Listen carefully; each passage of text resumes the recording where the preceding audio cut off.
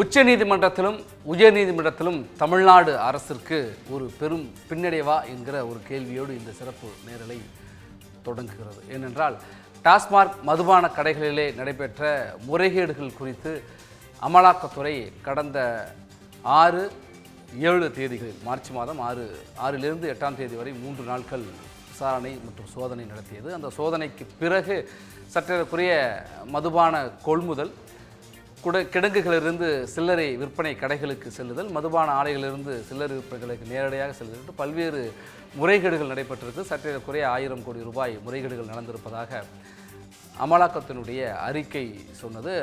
தொடர்ச்சியாக தமிழ்நாடு அரசினுடைய உள்துறையும் டாஸ்மாக் உடைய நிர்வாகத்தினுடைய இயக்குனர் தரப்பிலும் உயர்நீதிமன்றத்திலே ஒரு வழக்கை தொடுத்திருந்தார்கள். இந்த அமலாக்கத்துறை டாஸ்மார்க்கிலே சோதனையோ விசாரணையோ நடத்தக்கூடாது, அவர்களுடைய சோதனையும் விசாரணையும் சட்டவிரோதமானது, டாஸ்மாக் அதிகாரிகளுடைய செல்போன்களை பறித்து கொண்டும் அவர்களுடைய பல மணி நேரம் ஒரே இடத்தில் அடைத்து வைத்து சித்திரவதை செய்திருக்கிறார்கள், சட்டவிரோதமான இந்த விசாரணை ரத்து செய்ய வேண்டும், நடத்தக்கூடாது, தமிழ்நாடு அரசுடைய அனுமதியின்றி நடத்தியிருக்கிறார்கள் என்று முறையிட்டிருந்தார்கள். அதற்கு அமலாக்கத்துறையும் உரிய விளக்கத்தை கொடுத்திருக்கிறது. ஊழல் முறைகேடுக்கான முகாந்திரத்தின் அடிப்படையில் தான் விசாரணையானது சோதனையானது நடைபெற்றது என்றெல்லாம் அவர்கள் தரப்பு விளக்கத்தை கொடுத்திருந்தார்கள். ஒரு பக்கம் இதே நேரத்தில் இந்த வழக்கை வேறு ஒரு மாநிலத்திற்கு மாற்ற வேண்டும் என்று உச்சநீதிமன்றத்தை தமிழ்நாடு அரசு நாடியது. அங்கு இந்த வழக்கு குறித்து நீங்கள் சென்னை உயர்நீதிமன்றமே முடிவு செய்யட்டும் என்று உச்சநீதிமன்றம் கூறியதை அடுத்து தமிழ்நாடு அரசு இதனுடைய வழக்கை மனுவை திரும்ப பெற்றுக்கொண்டது. இது ஒரு புறம் இருக்கிற. மீண்டும் நம்ம உயர்நீதிமன்றத்துக்கே வந்தோம்னா, உயர்நீதிமன்றத்தில் இந்த வழக்கு விசாரணை இந்த 2 நீதிபதிகள் முன்பாக விசாரணைக்கு வருகின்ற பொழுது, நீங்கள் இறுதி பட்டியலுக்கு வருகின்ற சூழலில் நாங்கள் உச்சநீதிமன்றத்தை நாடி இருக்கிறோம் என்பது ஏன் முன்கூட்டியே தெரிவிக்கவில்லை? நீங்கள் பொதுநல வழக்கு போட்டிருக்கிறது, தமிழ்நாடு அரசு நீங்கள் பொதுநல வழக்கு போட்டிருக்கிறது என்பது மக்கள் நலன் சார்ந்தா அல்லது பொதுநலன் சார்ந்தா அல்லது டாஸ்மாக் அதிகாரிகளை காப்பாற்றுவதற்கா? குறைந்தபட்சம் நீதிமன்றத்திடம் நேர்மையாக நடந்து கொள்ளுங்கள் என்றெல்லாம் கடுமையான ஒரு எச்சரிக்கையை உயர்நீதிமன்றத்தினுடைய 2 நீதிபதிகள் அமர்வு சொன்னதையும் பார்க்க முடிகிறது. ஒரே நேரத்திலே சென்னை உயர்நீதிமன்றம், டெல்லியிலே உச்சநீதிமன்றம் என்று 2 இடங்களிலுமே தமிழ்நாடு அரசுக்கு பின்னடைவா என்கிற ஒரு கேள்வியை இது எழுப்பியிருக்கிறது. நம்மோடு நீதிமன்ற செய்தியாளர் செந்தில்குட்டி இணைந்திருக்கிறார். செந்தில்குட்டி, உயர்நீதிமன்றம் உச்சநீதிமன்றத்தில் நடந்தது என்ன, விரிவாக பதிவு செய்யுங்க. டாஸ்மாக் தலைமை அலுவலகத்துல அமலாக்கத்துறை கடந்த மாதம் 6ஆம் தேதி முதல் 8ஆம் தேதி வரை ஒரு சோதனையை நடத்தினார்கள். டாஸ்மாக் நிறுவனத்துக்கு மதுபானங்கள் கொள்முதல் செய்தது, பார் உரிமம் வழங்கியது, மதுபானங்களை மதுபான கடைகளுக்கு கொண்டு செல்வதற்காக போக்குவரத்துல டெண்டர் வழங்கியது, இந்த விவகாரங்கள்ல எல்லாம் 1000 கோடி ரூபாய் அளவுக்கு முறைகேடுகள் நடந்திருப்பதா அமலாக்கத்துறை ஒரு அறிக்கையை வெளியிட்டிருந்தது.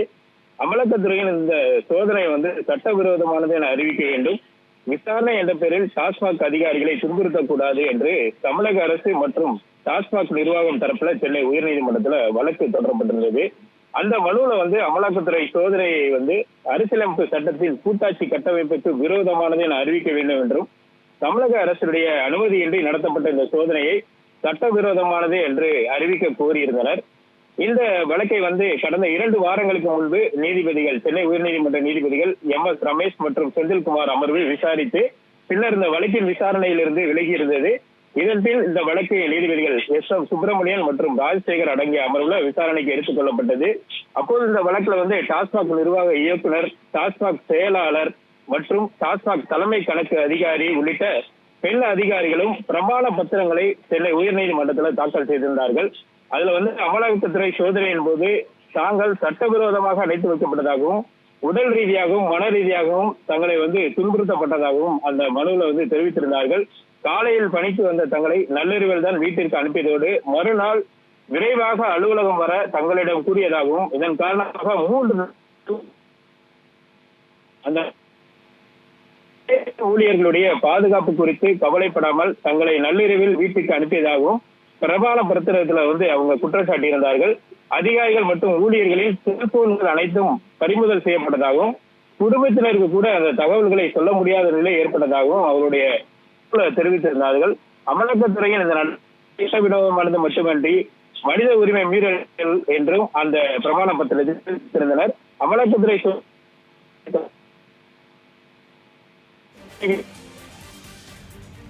அந்த பிரமாணத்தை தாக்கல் செய்வதாக பிரமாண பத்திரத்தில் தெரிவிக்கப்பட்டிருந்தது. பின்னர் இந்த அமலாக்கத்துறை தரப்புல இதற்கு பதில் மனுவாக அமலாக்கத்துறையும் ஒரு பதில் மனுவை சென்னை உயர்நீதிமன்றத்தில் தாக்கல் செய்திருந்தார்கள்.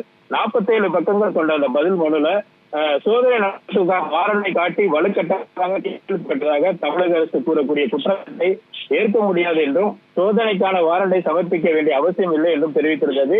சோதனைக்கு எதிராக அமலாக்கத்துறையிடம் முறையிடும் மாற்று வாய்ப்பு இருக்கும் பொழுது அமலாக்கத்துறை அணுகி நிவாரணம் கோராமல் நேரடியாக உயர்நீதிமன்றத்தை தமிழக அரசு நாடி இருப்பது தவறு.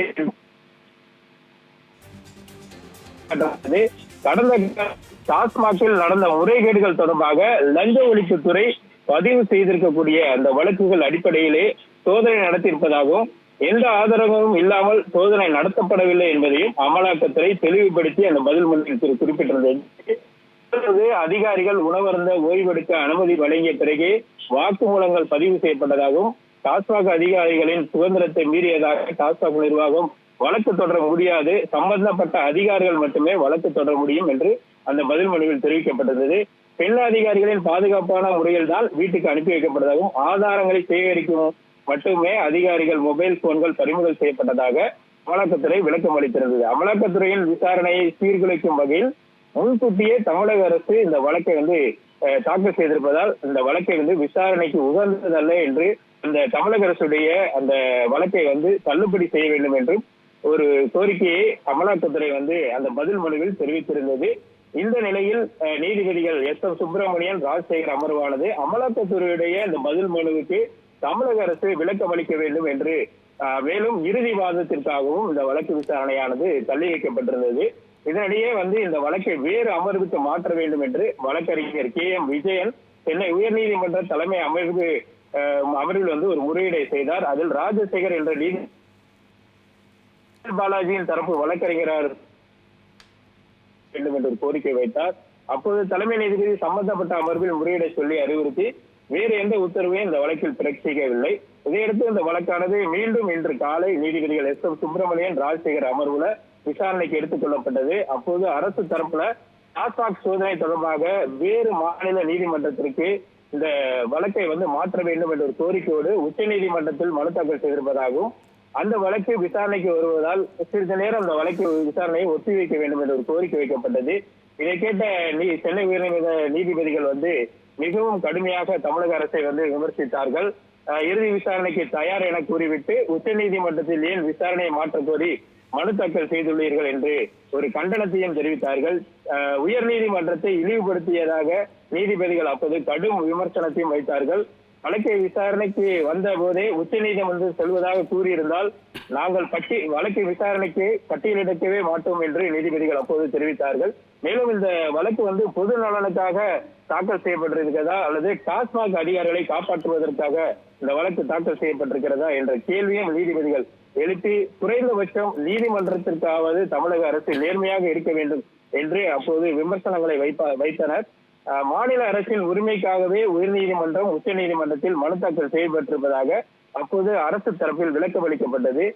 இதையடுத்து உச்ச நீதிமன்ற வழக்கு விசாரணை எடுக்கப்படவில்லை என்றால் பிற்பகலில் வாதங்களை வைக்க வேண்டும் என்று தமிழக அரசுக்கு ஒரு உத்தரவை பிறப்பித்திருந்தார்கள். இதனிடையே உச்ச நீதிமன்றத்திலும் இந்த வேறு மாநிலத்துக்கு மாற்ற வேண்டும் என்ற கோரிக்கையோடு தமிழக அரசு தாக்கல் செய்த வழக்கானது விசாரணைக்கு எடுத்துக் கொள்ளப்பட்டது.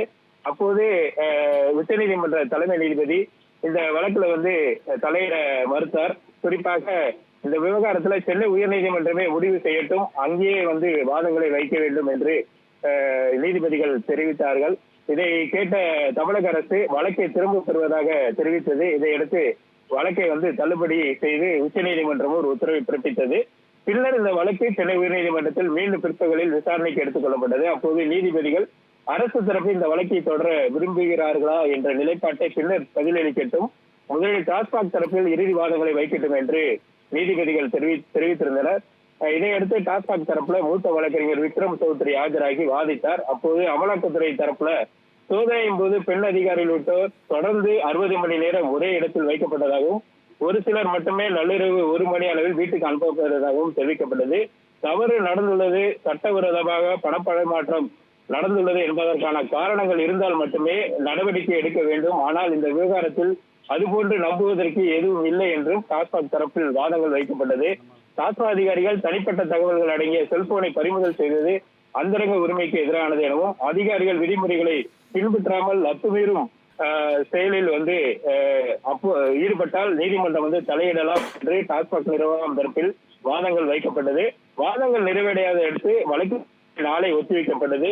அப்போது அமலாக்கத்துறை தரப்புல சிறப்பு வழக்கறிஞர் ரமேஷ் ஆஜராகி முதலில் விசாரித்த அமர்வு இந்த விவகாரத்தில் மேற்கொண்டு நடவடிக்கை எடுக்க தடை விதித்து வாய்மொழி உத்தரவு பிறப்பித்திருந்தது. அந்த உத்தரவு இப்போதும் அமலில் இருக்கிறதா என்ற கேள்வி எழுப்பினார். இதற்கு இந்த அமர்வு இது போன்ற எந்த உத்தரவையும் பிறப்பிக்கவில்லை என்றும் எழுத்துப்பூர்வமாக இருப்பதை மட்டுமே இந்த நீதிமன்றம் பின்பற்றும் என்றும் நீதிபதிகள் தெரிவித்தார்கள். இதற்கு எதிர்ப்பு தெரிவித்த அரசு தலைமை வழக்கறிஞர் மேற்கொண்டு எந்த நடவடிக்கை எடுக்க மாட்டோம் என்று அமலாக்கத்துறை அந்த முதல் அமர்வின் போது விசாரணையின் போது உறுதியளித்திருப்பதாகவும் அதன் அடிப்படையிலே வாய்மொழி உத்தரவு பிறப்பிக்கப்பட்டதாக தெரிவித்தார். எனவே அமலாக்கத்துறை தற்போது தனது நிலைப்பாட்டை மாற்றக்கூடாது என்று அரசுடைய தலைமை வழக்கறிஞர் அங்கு குறிப்பிட்டார். இதற்கு எந்த பதிலும் அளிக்காத நீதிபதிகள் வழக்கின் விசாரணையை மீண்டும் நாளைக்கு தள்ளி வைத்திருக்கிறார்கள்.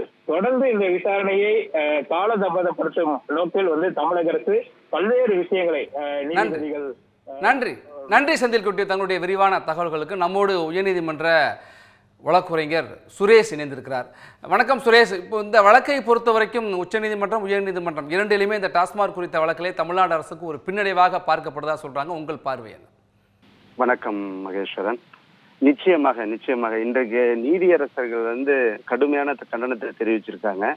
பொதுவா இந்த உயர்நீதிமன்றத்துல வழக்க தாக்கல் பண்ணிட்டு நீங்க உச்ச நீதிமன்றம் போனதை ஏன் சொல்லல, அப்படி சொல்லியிருந்தா நாங்க பட்டியலிட்டு இருக்க மாட்டோமே அப்படின்னு ஒரு கோபத்தை வெளிப்படுத்தினாங்க. அந்த கோபத்தின் வெளிப்பாடுலாக கடைசி அவங்க என்ன கேட்டாங்கன்னா, அதிகாரிகளை காப்பாற்ற பயன்படுத்துறீங்களா இல்ல இது பொதுநல வழக்கா அப்படிங்கிற கோணத்துல போக்கும்போது இது தமிழ்நாடு அரசுக்கு மிகப்பெரிய ஒரு பின்னடைவு தான். இது ஏற்கனவே இந்த வழக்கை நீதியரசர்கள் செந்தில்குமார் அவர்களும் விசாரித்துட்டு இந்த அமர்வு சரியில்லை அப்படின்னு சொல்லிட்டு நீதியரசர் எஸ்.எம். சுப்பிரமணியன், நீதியரசர் ராஜசேகர் அமர்வு முன் இறுதி விசாரணைக்கு வரும் நேரத்துல இதை கடைசி கட்டத்துல இதை அமர்வை மாத்தணும், உச்சநீதிமன்றத்துக்கு போகணும் அப்படின்னு சொல்லும்போது நீதியரசர்களுடைய கண்டனத்துக்கு உள்ளாயிருக்காங்க. இது தமிழ்நாடு அரசுக்கு மிகப்பெரிய பின்னடைவு. ஏதோ மறைப்பதற்காக, சர்ப்ரைஸ் பண்றதற்காக இது செயல்பட்டது போல தோன்றுகிறது. இதுதான் நீதியரசர்களின் பார்வையில் தெரிகிறது. நேரத்தில் தமிழ்நாடு அரசு தங்களுடைய வாதங்களை முன்வைக்கின்ற போது தமிழ்நாடு அரசுக்கான மாநிலம் உரிமை சார்ந்து இருக்கு, நாங்கள் அந்த உரிமையின் அடிப்படையில் தான் உச்சநீதிமன்றத்தை நாடி இருக்கோம் அப்படின்னு சொல்கிறாங்க. அப்போ அந்த சட்ட ரீதியான அதுக்கு வழி இருக்குது, அதுக்குள்ள போயிருக்கோன்னு சொல்கிறாங்க. அது ஏற்புடையதா அல்லது இந்த வழக்கினுடைய விசாரணையை தாமதப்படுத்துறதுக்கான முயற்சியாக இது பார்க்கப்படுமா?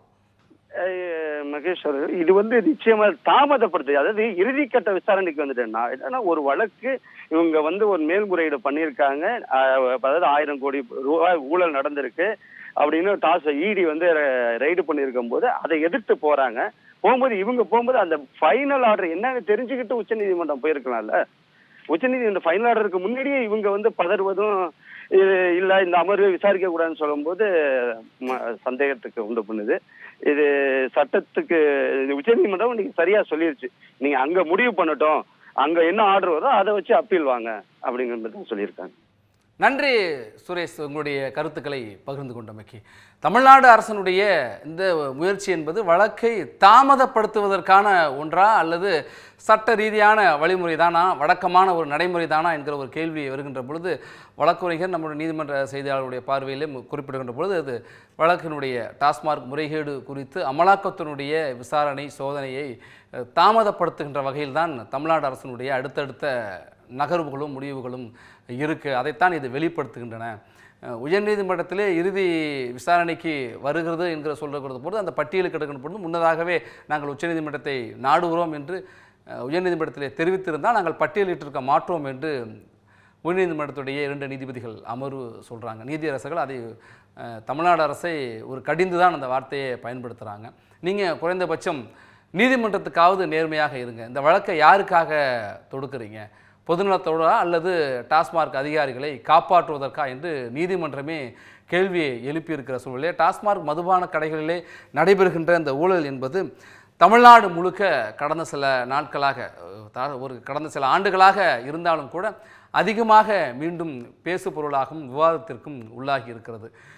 ஒரு பாட்டிலுக்கு 10 ரூபாய் தொடங்கி சில்லறை விற்பனை கடைகளிலே மதுபான கூடங்களுக்கான அனுமதியாக இருக்கட்டும், தனியார் நிறுவனங்களிலே கொள்முதல் செய்வதாக இருக்கட்டும், தனியார் நிறுவனங்களிலிருந்து கொள்முதல் செய்வதிலிருந்து அங்கிருந்து வாகனங்களிலே குடோன்களுக்கு கொண்டு செல்வதாக இருக்கட்டும், குடோன்களிலிருந்து சில்லறை விற்பனை கடைகளுக்கு கொண்டு செல்வதிலே வாகன டெண்டரிலே முறைகேடு, நேரடியாக தனியார் மது ஆலைகளிலிருந்து சில்லறை விற்பனை கடைகளுக்கே கொண்டு சென்று விட்டார்கள். அதிலே கணக்கில் வராமல், அரசனுடைய கணக்கில் வராமல் நேரடியாக சில்லறை விற்பனை கடைகளுக்கு சென்று விட்டது. அதிலே பெருமளவு முறைகேடு. அந்த வாகனங்களிலே குடோன்களிலிருந்து சில்லறை விற்பனை கடைகளுக்கு சென்று கொண்டு செல்கின்ற வாகன ஒப்பந்தத்திலே முறைகேடு என்று அடுக்கடுக்கான தனியார் மதுபான பார்கள் மற்றும் விடுதிகள், மதுபான கூடங்கள் எல்லாம் கொடுப்பதற்கான அந்த அனுமதியிலே முறைகேடு என்று தொடர்ச்சியாக டாஸ்மார்க் மதுபான கடைகள், டாஸ்மார்க் மதுவிலக்கு மற்றும் ஆயத்தேர்வுத்துறை சார்ந்த குற்றச்சாட்டுகள் வந்து கொண்டிருக்கிற சூழலில் தான் உயர்நீதிமன்றத்துடைய இந்த கண்டனத்தையும் பார்க்க முடியுது. நம்மோடு மூத்த வழக்குரைஞர் நல்லதுரை இணைந்திருக்கிறார். சார், உயர்நீதிமன்றம் உச்சநீதிமன்றத்தினுடைய தமிழ்நாடு அரசை நோக்கிய இந்த எச்சரிக்கை அறிவுறுத்தலை எப்படி பார்க்குறீங்க? இல்லை, இது ரொம்ப ஆச்சரியத்துக்குரிய ஒரு விஷயமா இருக்குது. காரணம் என்னன்னு கேட்டீங்கன்னா, பொதுவா நீதிமன்றங்கள்ல இந்த நீதிமன்றத்தில் இந்த நீதிபதிக்கு முன்னால் எங்களுக்கு சரியான நீதி கிடைக்காது அப்படிங்கிறதெல்லாம் தனிநபர்கள் சொல்லக்கூடிய ஒரு குற்றச்சாட்டு. ஆனால் இன்றைக்கு என்ன நடந்திருக்குன்னு கேட்டீங்கன்னாக்கா, தமிழ்நாடு அரசாங்கம், தமிழ்நாடு அரசு நீதிமன்றத்தை பார்த்து சொல்லுகிறது, இந்த நீதிமன்றம் வேண்டாம், நாங்க வேற மாநிலத்துக்கு நாங்கள் எங்க வழக்கை மாற்றிக்கிறோம் என்று சொன்னால், இந்த மாநில அரசுக்கு இந்த நீதிமன்றத்தின் மீது நம்பிக்கை இல்லை, சரியான நீதி எங்களுக்கு கிடைக்காது, எங்களுக்கு சார்பான தீர்ப்பு கிடைக்காது என்று மாநில அரசு அஞ்சுவதன் பொருள் தான் நாங்க இந்த நீதிமன்றத்தில் நடத்தல, நாங்க வேற மாநிலத்தில் இருக்க நீதிமன்றத்துக்கு வழக்கை மாற்றிக்கிறோம்னு சொல்றது. இதுவரையில் நீதிமன்ற வரலாற்றில் இப்படி ஒரு வழக்கு நடந்ததாக நானும் 35 வருஷமா வக்கீல் தொழில் பார்த்துட்டு இப்படி ஒரு நிகழ்வு நான் கேள்விப்பட்டதே இல்லை. ஏன்னா அரசு பயப்பட வேண்டிய அவசியம் இல்லை. அரசு என்பதே மக்களுக்காக செயல்படுகிற, மக்களுக்கான திட்டங்களை செயல்படுத்துகிற ஒரு அங்கம். அது மக்களுடைய பிரதிநிதியா செயல்படுற அரசு இந்த நீதிமன்றத்தில் எனக்கு நீதி கிடைக்காதுன்னு சொல்றது எப்படி என்னமா சொல்றதுனே எனக்கு தெரியல. ஒரு அரசுக்கே நீதிமன்றத்தின் மீது நீதி கிடைக்காதுங்கிற நம்பிக்கை இழந்த நிலை ஏற்பட்டால், ஒரு சாதாரண மனிதன், ஒரு தனி மனிதன் தனக்கு நீதி கிடைக்கும் என்று நீதிமன்றத்தை எந்த நம்பிக்கையில் நாடுவான்? இது மிக மிக வன்மையாக கருதக்கூடிய, பார்க்க வேண்டிய ஒரு செய்தி. அதைத்தான் உச்ச நீதிமன்றம் சரியாக கவனித்திருக்கிறது. நாங்க இதுல நேரடியா இன்டர்ஃபியர் பண்ண முடியாது, நீங்க போங்க மெட்ராஸ் ஹைகோர்ட்டுக்கு போங்க, அங்க உத்தரவு போட்டதுக்கு அப்புறம் மேல்முறையீட்டு அதிகாரத்துல ஆள்வரையில எங்கள்கிட்ட வாங்க, அப்பீல் ஜூரிஸ்டிக்ஷன்ல எங்கள்கிட்ட வாங்க, நாங்க ஆர்டிகல் 32ல நேரடியா இதை எடுத்துக்க முடியாது அப்படின்னு சொன்னாங்க. அதற்கு காரணம் என்னன்னா, அங்க போய் வெளிப்படையா இந்த நீதிமன்றத்தில், சென்னை உயர் நீதிமன்றத்தில் எங்களுக்கு நீதி கிடைக்காது அப்படின்னு வெளிப்படையாக நீதி அரசர்கள் மீது குற்றச்சாட்டு சொல்லி இருந்தால் உச்ச நீதிமன்றம் மாற்றி இருக்கும். அப்ப நீதி விசாரணை நடத்தி கொண்டிருக்கிற நீதி அரசர்கள் மீது நேரடியாக குற்றச்சாட்டு சொல்வதற்கு தமிழ்நாடு அரசு தயங்குது. அதே சமயத்தில் இந்த நீதிமன்றத்தில் தனக்கு இருக்கிற உத்தரவு சாதகமான உத்தரவு கிடைக்காதுன்னு தயங்குது. ஏன் இந்த நிலைமை ஏற்பட்டிருக்குங்கிறதே நமக்கு புரியல. ஒரு வழக்கறிஞரா இது நீதிமன்ற வரலாற்றிலேயே ஒரு வியக்கத்தக்க ஒரு செயல்பாடாக இருக்கிறது. அரசு மக்களுக்காக பொதுநல வழக்காக போடுது. நன்றி நன்றி நன்றி திரு நல்லதுரை. உங்களுடைய அனுபவத்தில் இப்படி ஒரு அரசனுடைய நிலைப்பாடு நான் பார்த்தது இல்லைங்கிறீங்க. நம்மோடு பாஜகவுடைய தேசிய செயற்குழு உறுப்பினரும் வழக்குரைஞருமான புரட்சி கவிதாசன் இருந்திருக்கிறார். சார் வணக்கம். தமிழ்நாடு அரசு இந்த வழக்கு இப்படி அடுத்தடுத்து முறையீடு வேறு நீதிமன்றத்துக்கு மாற்றணுங்கிறதே நிறைய வழக்குரைஞர்கள் எங்களுக்கே ரொம்ப வியப்பாக இருக்குது அப்படின்னு சொல்கிறாங்க. உங்கள் பார்வை? அதாவது இந்திய சட்ட வரலாற்றில், அதாவது நீதித்துறை வரலாற்றில் இன்றைய நாள் ஒரு கருப்பு நாள் அப்படின்னே சொல்லலாம். ஏன் அப்படின்னா, ஒரு மாநில அரசு, பொறுப்புமிக்க கடப்பாடு கொண்ட ஒரு அரசு இவ்வளவு கேவலமாக சட்டத்தை தன்னுடைய இஷ்டத்திற்கு வில்லாக வளைக்க முயற்சித்திருப்பது என்பது ஒரு ஆழ்ந்த கவலையை உருவாக்கி இருக்கிறது.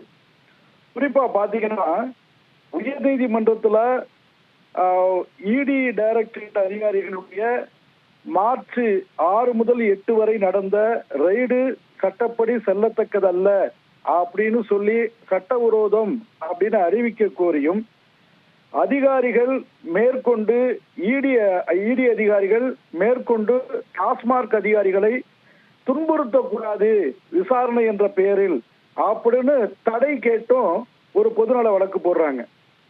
இது முதல்ல பொதுநல வழக்குக்கான அடிப்படை முகாந்திரம் இருக்கிறதா என்பதே ஒரு சட்ட கேள்வி. அடுத்து இதை என்டர்டெயின் பண்ணி அவர்களுக்கு தடை கொடுக்குது சென்னை உயர்நீதிமன்றம். அப்ப நீதியரசர்கள் ரமேஷ் மற்றும் செந்தில்குமார் அவங்களுடைய அமர்வுல அந்த உத்தரவு பிறப்பிக்கிறாங்க. அப்ப அவங்களுக்கு தடை விதித்ததும் மகிழ்ச்சி அடைந்த தமிழக அரசு இதோ பார் ஈடிக்கு எதிராக இடைக்கால தடையை சென்னை உயர்நீதிமன்றம் உத்தரவிட்டு விட்டது அப்படின்னு கொண்டாடுறாங்க, கூத்தாடுறாங்க. அதற்கு பிறகு அந்த நீதிபதிகள் அந்த அமர்வில் இருந்து அவர்களுக்கே உரித்தான காரணங்களுக்காக விலகிய பிறகு ஜஸ்டிஸ் சுப்பிரமணியனும் ஜஸ்டிஸ் ராஜசேகரும் பதவியேற்கிறாங்க. அவங்க 2 பேரும் இதை விசாரிப்பதற்கு மாநில அரசு கிட்ட கேட்டு, அதாவது பெட்டிஷன் தரப்பு, டாஸ்மார்க் இதுல ஒரு தரப்பு, மாநில தமிழ்நாடு அரசும் ஒரு தரப்பு, 2 தரப்புகிட்டே ஒப்புதல் கேட்டு இறுதி விசாரணைக்கு என்று தேதி இன்றைக்கு போட்டிருக்காங்க. அப்ப இது மாநில அரசுடைய சம்மதத்தோடு என்னைக்கு இதை முடிக்கலாம் அப்படின்னு கேட்டு ஒரு பட்டியலிடப்பட்ட வழக்கை பட்டியலிட்டபடி இன்றைக்கு விசாரிக்கிறாங்க. விசாரிக்கும் போதுதான் மாநில அரசு மற்றும் டாஸ்மாக் தரப்பிலிருந்து ஆஜரான வழக்கறிஞர் நாங்க உச்ச நீதிமன்றத்திற்கு போயிருக்கோம், வேறு மாநிலத்திற்கு மாற்ற வேண்டும் என்ற கோரிக்கையோடு அப்படின்னு சொல்லும் போதுதான் ஷாக் அண்ட் சர்ப்ரைஸ் ஆகுறாங்க. அதிர்ச்சி அடைந்த நீதிபதிகள், நீங்க எங்க மேல நம்பிக்கை இல்லைன்னா ஏற்கனவே சொல்லியிருக்கலாமே, நாங்க நடத்தி இருக்க மாட்டோமே, அல்லது நாங்கள் விலகி இருப்போமே, அல்லது நாங்க உச்ச நீதிமன்றத்துக்கு வேறு மாநிலத்துக்கு மாற்ற கோரி நாங்கள் மனு போட போறோம், அது வரைக்கும் நீங்க தொடர் விசாரணை நடத்த வேணாம் அப்படின்னு சொல்லியிருக்கலாமே. அன்றைக்கு கள்ள மௌனம் காத்து விட்டு அன்னைக்கு இறுதி விசாரணைக்கு முழுமையான ஒப்புதலை தந்துவிட்டு பட்டியலை போடப்பட்ட வழக்கினை விசாரிக்கும் பொழுது எங்களுடைய பணியை குறிக்கிறீங்க, இந்த நீதிமன்றத்தினுடைய மாண்பை குறைக்கிறீங்க, இதை யாரை காப்பாற்றுவதற்காக செய்கிற வேலை, சில அதிகாரிகளை காப்பாற்றுவதற்கா, இது பொதுநல வழக்கு தானா, உண்மையிலேயே பொதுநல நோக்கம் இதில் இருக்கிறதா என்று சாட்டையால் அடித்து தமிழ்நாடு அரசையும் டாஸ்மாக் நிறுவனத்தையும் நீதியரசர்கள் விளாசி இருக்கிறாங்க. இந்த கேள்விக்கு பதில் சொல்வதற்கு முன்பாக உச்ச நீதிமன்றத்திலே அந்த வழக்கு இடையிலே வருகிறது. அங்கே சஞ்சீவ் கண்ணா தலைமை நீதிபதியுடைய அமர்வுல வருது. அந்த அமர்வுல சஞ்சீவ் கண்ணா அவர்கள் இந்த வழக்கை இங்கே நாங்கள் விசாரணைக்கு ஏற்றுக்கொள்ள முடியாது, நீங்க அங்கேயே பார்த்து கொள்ளுங்கள், இதை வாபஸ் வாங்குகிறீர்களா அல்லது தள்ளுபடி செய்யட்டுமா என்று கேட்ட பிறகு இவங்க ரகுல் மௌத்தி, அவர்தான் தமிழ்நாடு அரசுக்கும் டாஸ்மார்க்குக்கும் ஆஜரான மூத்த பெரிய வழக்கறிஞர், அவரு வித்ரா பண்றாரு வித் அஃபிடவிட். அதனால உச்ச நீதிமன்றத்தில் வாபஸ் வாங்கிக்கிட்டு உயர் நீதிமன்றத்தில் கொட்டு வாங்கிக்கிட்டு, அதாவது ஒரு மாநில அரசு நீதித்துறையினுடைய சுதந்திரத்துல எந்த விதத்திலும் குறுக்கிடக்கூடாது என்பது ஒரு ஜனநாயகத்துக்கு மிகப்பெரிய, அது இண்டிபெண்டன்ஸ் ஆஃப் ஜுடிஷியரிமாங்க, நீதித்துறையின் சுதந்திரத்துல தலையிடக்கூடாது என்பது ஒரு தத்துவம். அந்த நாட்டில் இருக்கிற கடைசி நம்பிக்கை நீதிமன்றம் தான். அது இப்ப ஆளுநருக்கு எதிராக நீதிமன்றம் கண்டனம் தெரிவித்த போது கூட நாங்கள் அதை கூட அது சட்ட கேள்வி, அது அரசியல் ரீதியான ஒரு பரிணாம வளர்ச்சி. அந்த கேள்விகளுக்கு ஆளுநருக்கு பரிகாரம் இருக்கா இல்லையா என்பதை தீர்மானிக்க வேண்டி இருக்கிறது. நன்றி. ஆனா இது முழுக்க அவங்க கேட்கிறாங்க, ரொம்ப வெளிப்படையா கேட்கிறாங்க, truly public interest or simply to protect, இந்த அதாவது டாஸ்மாக் அதிகாரிகளை நீங்க ப்ரொடக்ட் பண்ண முயற்சிக்கிறீங்களா அப்படிங்கிறாங்க. செந்தில் பாலாஜி 3 முறை அமைச்சராக இருந்திருக்காரு, 3 இலாக்காக்களுக்கு அமைச்சராக இருந்திருக்கிறாரு. அவர் போக்குவரத்து துறையில இருந்த போதும் ஊழல், மின்சாரத்துறையில இருந்த போதும் ஊழல், இப்பொழுது டாஸ்மாக் துறையிலும் ஊழல். இப்படி ஊழலுக்கென்றே அவதாரம் எடுத்த ஒரு அமைச்சரை பாதுகாப்பதற்காக உச்ச நீதிமன்றம் வரைக்கும் பொதுநல வழக்கு என்று பொய் சொல்லி மாநில அரசு மன்றாடுவது, போராடுவது ரொம்ப கேலிக்குத்தா இருக்குது. இந்திய சட்ட வரலாற்றுல, நீதித்துறை வரலாற்றுல ஒரு கருப்பு நாள். நன்றி திரு புரட்சிகவி வசந்த், உங்களுடைய கருத்துக்களை பகிர்ந்து கொண்டமைக்கு நம்மோடு அதிமுகவுடைய செய்தி தொடர்பாளரும் வழக்குரைஞருமான பாபு முருகவேல் இணைந்திருக்கிறார். சார் வணக்கம். தமிழ்நாடு அரசு இந்த வழக்கு சார்ந்து அடுத்தடுத்து செல்வது என்பது வழக்கமான சட்ட நடைமுறையா அல்லது வழக்கை தாமதப்படுத்துவதற்காகவா? அதாவது இந்த வழக்குல முதல்ல பொதுநலன் இருக்கா அப்படிங்கறத பார்க்கணும். இன்னைக்கு வந்த வழக்கு மட்டும் எடுத்துக்கோம். ஏன்னா இது கடந்து வந்த பாதை பாத்தீங்கன்னா ரொம்ப மோசமா கேவலமா இருக்கும். ஃபுல்லா மொத்த ஹிஸ்டரி நம்ம சொல்லணும்னா இன்னைக்கு நடந்த விஷயங்களை பாத்தீங்கன்னா இந்த வழக்கு பொதுநலன் சார்ந்து இருக்கிறதா அல்லது யாரையாவது காப்பாற்றுவதற்காக இருக்கிறதா அப்படின்னு நீதிமன்றம் கேட்குது. அப்போ இதுல பொதுநலன் இருக்குதுன்றாங்க. பொதுநலன் இதுல எந்த இடத்துல பொதுநலன் வந்துருச்சுங்கிறது என்னோட சந்தேகம். ஒரு வக்கீலாவே நான் உங்ககிட்டே விட்டுறேன். நான் 1000 கோடி ஊழல் நடந்திருக்கிறது என்று அமலாக்கத்துறை ஒரு வழக்கு பதிவு செய்திருக்கிறது. இன்னும் விசாரணை நிறைவு பெறவில்லை. விசாரணை நிறைவு பெறுகிற போது இன்னும் எத்தனை 1000 கோடிகள் இதிலே ஊழல் நடந்திருக்கிறது என்பதை பட்டவரித்தனமாக வந்துடும். அப்படி ஒரு துறையிலே ஊழல் நடந்திருக்கிறது, அது ஊழலை விசாரணை அதிகாரி மூலம் கொண்டு வருகிறார்கள் என்பது இதுல எங்க இப்ப ஒரு பப்ளிக் இன்ட்ரெஸ்ட் பொது நலன் இதுல எங்க வந்துருது அப்படிங்கிறது என்னுடைய ஒரு கேள்வி. இது பொது நலன் சார்ந்து இருக்குது அப்படின்னு சொல்றாங்க. இன்னொன்னு, ஒரு நீதிமன்றத்தையோ அல்லது நீதி அரசர்களையோ ஒரு அரசாங்கம் குறை சொல்லக்கூடாது. இதுல எந்த விதமான ஒரு உள்நோக்கமும் அதுல நம்ம கற்பிக்க முடியாது. சாதாரணமா பாத்தீங்கன்னா ஒரு கீழமை நீதிமன்றங்கள் இருக்கக்கூடிய வழக்குல அந்த வழக்கு நடத்துறதுக்கு அங்க விருப்பப்படலைன்னு சொல்லி போது டிரான்ஸ்பர் ஓபின்னு சொல்லுவாங்க. அந்த வழக்கை வேறு நீதிமன்றங்களுக்கு மாற்ற வேண்டும் என்கிற ஒரு உத்தரவை பெறவதற்கான ஒரு விஷயம் அது. ஆனால் இந்த வழக்கை பொறுத்தவரையில முதல்ல இந்த வழக்கு பதிவு பண்ணப்படுது. பதிவு பண்ணும்போது என்ன சொல்றாங்கன்னா, டாஸ்மாக் தான் வராங்க. ஃபர்ஸ்ட் இந்த இடி ரைடு முடிச்ச உடனே டாஸ்மாக் நீதிமன்றத்துக்கு வருகிறது. இன்னும் நிறைவு பெறல. இவங்க தேவையில்லாம இந்த மாதிரி அரெஸ்ட் பண்றாங்க. பெண் ஊழியர்களை கூட இங்க வீட்டுக்கு அனுப்பாம வச்சிருக்காங்க. அதனால இந்த தடை விதிக்கணும்னு சொல்லி சொல்றாங்க. உடனே நீதிமன்றம் அரசாங்கத்தினுடைய அந்த கோரிக்கையை ஏற்று அடுத்து மேல் நடவடிக்கை எதுவும் எடுக்கக்கூடாது, அதிகாரிகளை எந்த விதமான நடவடிக்கை உட்படுத்தக்கூடாதுன்னு சொல்லி உத்தரவு பிறப்பிச்சாங்க. அதுக்கப்புறம் இடி என்ன பண்றாங்க, இந்த கோர்ட்டுக்கு வராங்க. கோர்ட்டுக்கு வந்தோடனே இந்த 2 நீதிமன்றங்கள் 2 நீதியரசர்கள் இருக்கக்கூடிய ஒரு பெஞ்சுக்கு வரும்போது அதுல ஒருத்தர் என்ன பண்றாங்க, நியாயமா நாங்க விசாரிக்க விருப்பப்படல, அதாவது ஒரு நீதி அரசர் இந்த வழக்கை நான் விசாரிக்க விருப்பப்படலை அப்படின்னு சொல்லும் போது அதை எப்படி பார்க்கணும்னா, நான் இந்த வழக்கை விசாரிச்சா நான் தப்பு பண்ணிடுவேன் அப்படின்னு பார்க்க கூடாது. இந்த வழக்கு என்னிடத்துல விசாரிக்கிற போது என் மீது சில சந்தேகங்கள் கற்பிக்கப்படுவதற்கு உண்டான வாய்ப்பு இருக்கிறது. அதனால் நான் இந்த வழக்குல இருந்து விலகிக்கிறேன். எனக்கு சட்டம் தெரியாதுன்னு கிடையாது, நான் யாரை பார்த்தும் பயந்து கிடையாது அப்படிங்கறது அதுல அர்த்தம். விலகிட்டு வராங்க. இப்ப வந்திருக்கிற இந்த பெஞ்ச் வண்டர்ஃபுல் பெஞ்ச் இந்த ஹைகோர்ட்ல. இந்த நீதிமன்றம் இந்த பெஞ்ச் இந்த வழக்கு விசாரிச்சதுன்னா மொத்த குற்றம் வெளிப்பட்டுடும். இந்த அரசாங்கத்திற்கு கழுவவே முடியாத ஒரு களங்கத்தை ஏற்படுத்திடும் இந்த பெஞ்ச். அப்ப இதை என்ன பண்றாங்க, போன வாய்தா கிட்ட வரும்போது நாங்க ஒரு வாய்தா நீங்க பிக்ஸ் பண்ணுங்க, நாங்க இடியும் ரெடியா இருக்கிறோம், நாங்க டாஸ்மாகும் ரெடியா இருக்கிறோம், தமிழக அரசாங்கம் ரெடியா இருக்குது நாங்க விசாரிக்கிறதுக்கு அப்படின்னு சொல்லிடுறாங்க. சரின்னு கேட்டுக்கிட்டு இருதரப்பையும் கேட்டுக்கிட்டு ஒரு ரேட்டை பிக்ஸ் பண்றாங்க. அதுக்குள்ள பயந்துகிட்டு இந்த பெஞ்ச் விசாரிச்சா நமக்கு மிகப்பெரிய பாதிப்பு ஏற்பட்டுடும் அப்படின்னு சொல்லி உச்ச நீதிமன்றம் போறாங்க. வேற மாநிலத்துக்கு மாத்தணும்னு சொல்லி. எப்படி பாருங்க, ஒரு அரசாங்கத்தின் மீது குற்றம் கற்பிக்கப்பட்டிருக்கிறது, உங்க மடியில கனம் இல்லைன்னு சொன்னா எதுக்கு நீங்க ஒரு நீதிமன்றமா ஏன் ஓடுறீங்க? நீங்க ஓடுனதுக்கு அப்புறம் இன்னைக்கு உச்ச நீதிமன்றம் என்ன சொல்லுது, எப்பா இந்த மாதிரி கதையெல்லாம் எடுத்துக்கிட்டீங்க வராதிங்க, மாநிலம் விட்டு மாநிலம் எல்லாம் நாங்க இதை மாத்த முடியாது, அதனால நாங்க என்ன தீர்ப்பு போட போறோன்றாங்க. அப்ப பயந்துகிட்டு தமிழ்நாடு அரசாங்கம் ஐயோ ஏதாவது தீர்ப்பு சொல்லிச்சுன்னு சொன்னா முதலுக்கே மோத்தம், அதனால எதுவுமே சொல்ல வேணாம்னு சொல்லிட்டு ஐயா நாங்க போட்ட வழக்கை நாங்க வாபஸ் வாங்கிக்கிறோம், தயவு செஞ்சு எங்களை விட்டுடுங்க, நாங்க பின்னங்கால் பிடரி அடிக்க நாங்க ஓடிடுறோம் அப்படின்னு சொல்லி போட்ட வழக்கை வாபஸ் வாங்கிட்டு வந்திருக்காங்க. உச்ச நீதிமன்றம் பண்ண மாட்டேன் அப்படின்னு உத்தரவுலாம் எதுவும் பிறப்பிக்கல. இவங்க இந்த வழக்கு நடத்திருந்தாங்கன்னா கடுமையான உத்தரவுகள் உச்ச நீதிமன்றத்தால் பிறப்பிக்கப்பட்டிருக்கும். ஒரு வழக்கறிஞரா சொல்றேன் நான், அந்த மாதிரி எந்த உத்தரவும் வந்துடக்கூடாதுன்னு சொல்லி நான் போட்ட வழக்கு திரும்ப பெற்று வந்திருக்கிறாங்க. இது மிகப்பெரிய செய்தியாகி விடும் என்பதற்காகத்தான் இன்னைக்கு இந்த கவர்னர் இஷ்யூவை இவங்க ஏதோ பெரிய இமயமலையை இவங்க சாதிச்சிட்ட மாதிரி ஒண்ணும் இல்ல, அரசியலமைப்பு சட்டத்தை மதிக்காம கவர்னர் நடந்துட்டாரு, நீ அரசியலமைப்பு சட்டத்தை மதிச்சுதாமா நீ நடக்கணும், இதான் உத்தரவு, அவ்வளவுதான், வேற ஒண்ணும் கிடையாது. பெருசா இவங்க என்னமோ சாதிச்சுட்ட மாதிரி அது ஒரு பெரிய இஷ்யூ ஆயிடும் அப்படின்னு சொல்லிட்டு இவங்க கேவலப்பட்டு வந்தது வெளியப்பட்டு வரக்கூடாதுன்றதுக்காக இன்னைக்கு உத்தரவை திரும்ப போட்ட வழக்க திரும்ப வாபஸ் வாங்கி வந்திருக்காங்க. அவ்வளவுதான் இதுல. நன்றி திரு பாபு முருகவேல், உங்களுடைய கருத்துக்களை பகிர்ந்து கொண்டமைக்கு. நம்மோடு பத்திரிகையாளர் நாச்சி செல்வராஜ் இருந்திருக்கிறார். சார் உங்கள் பார்வை. வணக்கம். நீதிமன்றத்திலும் தமிழ்நாடு அரசுக்கு ஒரு கண்டனம் விழுந்திருக்கிறது, அல்லது ஒரு பெரும் பின்னடைவு என்று சொல்கிறார்கள், உங்கள் பார்வை. அதாவது ஒரே கேஸ் சைமல்டேனியஸா அதாவது உச்ச நீதிமன்றத்திலையும் சென்னை உயர் நீதிமன்றத்திலும் ஒரே கேஸ் வர்றது, ஒரே நேரத்தில் வர்றது ஒரு விசித்திரமான நிகழ்வா இருக்கு.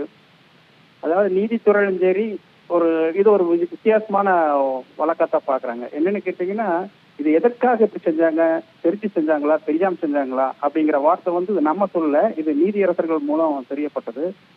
அதாவது மதுபான ஆலைகள் மூலம் வெளியே உற்பத்தி செய்யப்பட்ட மது பாட்டில்களை டாஸ்மாக் எனும் நிறுவனத்தின் நேரடியாக கொள்முதல் செய்யாமல் நேரடியாக கடைக்கே சென்று விநியோகிக்கப்பட்டு அதன் மூலம் வந்து 1000 கோடி 10,000 கோடி 1,00,000 கோடி இப்படி வகை வகையா எத்தனை கொள்ளையடிச்சாங்க என்ன பண்ணாங்க அப்படின்னு தெரியாம இன்னைக்கு இடி என்கின்ற என்போர்ஸ்மெண்ட் டிபார்ட்மெண்ட் இதை கண்டுபிடிச்சு பல ஆவணங்களை எடுத்துக்கிறாங்க. அதனுடைய சாரம்சமா வந்து இன்னைக்கு இந்த வழக்கு தமிழ்நாடு அரசுக்கு எதிராக கொடுக்கப்பட்டுள்ளது. இந்த கேஸ் வந்து உச்ச நீதிமன்றத்திலும் உயர் நீதிமன்றத்திலும் ஒரே நேரத்துல வந்தது ஒரு வினோதமா பார்க்கப்படுகிறது. இந்த மாதிரி கேஸ் வந்ததே இல்லை, இப்படி ஆணவம் இல்லை. இது ஏன், எதுக்காக, என்ன காரணம், யாரால அப்படிங்கிறது ஒரு விசித்திரமா பார்க்கப்படுகிறது. அதே நேரத்துல வந்து ஒரே நேரத்தில் வந்ததுனால காலையில வந்து இந்த உச்ச நீதிமன்றத்துல இந்த வழக்கு உணவு இடைவேளைக்கு பிறகு இது பார்க்கப்படும் சொல்ற நேரத்துல இந்த வழக்கு வந்து உயர் நீதிமன்றத்திலையும் வந்திருக்கு அப்படிங்கிறது தெளிவாகுது. அப்போ ஏன், என்ன காரணம்னு சொல்லி உச்ச நீதிமன்றத்துல கேள்வி எழுப்புறாங்க. ஒன்னா அங்கேயே முடிச்சுட்டு இங்க வந்திருக்கணும், இங்க இல்லாம ஏன் இங்க வந்திருக்கிறீங்க, அங்கேயே முடிகிற நேரம் மாதிரி இருக்கு அப்படிங்கிற நீதியரசர்கள் வந்து கேள்வி எழுப்புறது விசித்திரமா பார்க்கப்பட்டது. அதன் அடிப்படையில ஏற்கனவே சொல்ற மாதிரி இன்னைக்கு வந்து உயர் நீதிமன்றத்துல நீதியரசர்கள் இதை கண்கூட, அதாவது கண்கொத்தி பாம்பாக கரெக்டா பார்த்துருக்காங்க, எவிடன்ஸ் இருக்கு, அந்த மாதிரி எல்லாம் சொல்ற நேரத்துல வந்து இது வந்து விரைந்து நடத்தப்படும் அப்படிங்கிற மாதிரி ஒரு தமிழக அரசுக்கும் இது வந்து மோட்டிவேஷன் இருக்கு. இந்த நேரத்துல வந்து இந்த கேஸ உச்ச நீதிமன்றமே வந்து தள்ளுபடி செய்து அங்கேயே பார்த்துருவாங்க அப்படிங்கிறது வந்து இது வந்து ஒரு முக்கியமான ஒரு நிகழ்வா பார்க்கப்படுகிறது.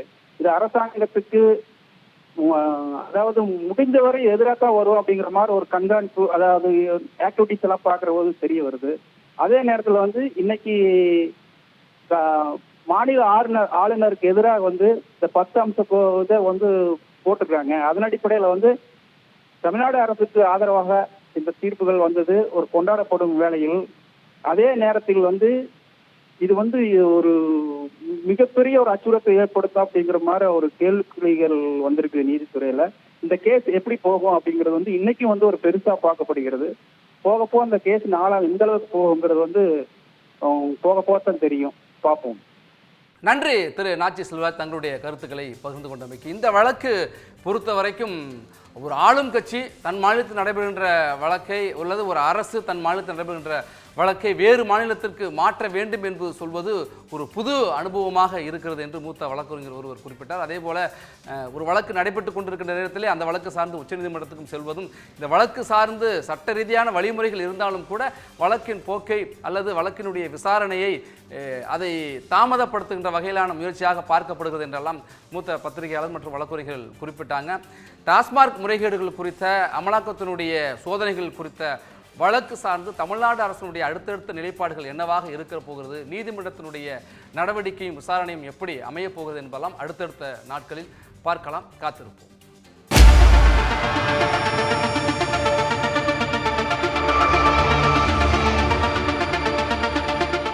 மக்கள் ஏன் இவ்வளவு கஷ்டப்படுறாங்க?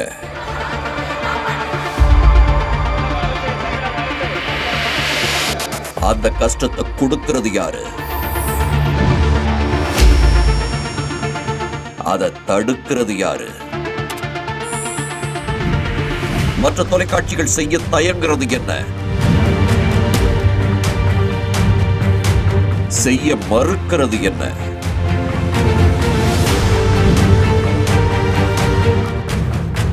மக்கள் நம்ம கிட்ட இருந்து என்ன எதிர்பார்க்கிறாங்க? பணமா, பொருளா, இல்ல உண்மைய? நாட்டுல நடக்கிற உண்மை செய்திகளை, உண்மைய வெளிச்சத்துக்கு கொண்டு வரணும்னு மக்கள் ஏங்குறத ஊடகங்கள் என்ன செய்யணும்னு ஜனங்கள் நினைக்கிறத